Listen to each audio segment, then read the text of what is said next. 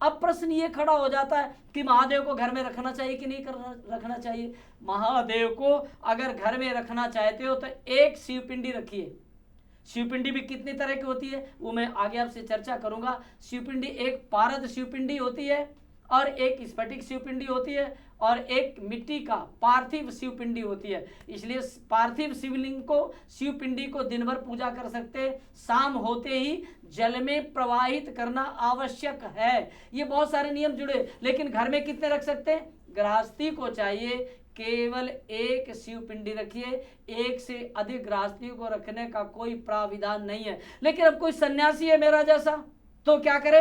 तो महादेव के 3 रूप रख सकता है, 3 शिवपिंडी रख सकता है, 3 से अधिक रखने का कोई प्राविधान नहीं है। नहीं तो दरिद्रता आती है। गृहस्थी के घर में अगर शिवपिंडी एक है तो पूर्ण फल प्राप्त होगा। कोई कभी, लेकिन जब तक पंचामृत स्नान नहीं करवाएंगे तब तक आपको कोई फल प्राप्त नहीं होगा। इसलिए शिवपिंडी घर में बिल्कुल मत रखें।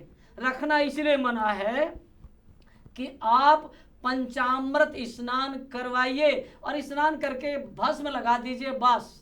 ये पूजा 1 मिनट की है या 2 मिनट की, खूब रखिए, आप प्रसन्नता से रखिए। सबसे श्रेष्ठ कौन है वो मैं आपको आगे बताऊंगा और दिखाऊंगा भी। सबसे श्रेष्ठ है पारद शिवपिंडी, जिसको रख करके आप घर में रख सकते हैं और महादेव को खुद मना सकते हैं। लेकिन कई कई घरों में 4-4, 6-6, 5-5, 7-7 शिवपिंडी रखी हुई है। इसलिए वो महादेव को प्रार्थना करें, कृपा वो एक से ही करते हैं, अधिक रखने का कोई प्राविधान नहीं। अगर आपको कोई और संदेह खड़ा होता है तो आप हमें कॉल करें, आप प्रश्न कर सकते हैं, आप चर्चा कर सकते हैं, इस विषय पर पूछ सकते हैं। इस विषय में कुछ आपका लगता नहीं है। इसलिए देवाधिदेव महादेव पहले सदाशिव है और उसके बाद शिव है।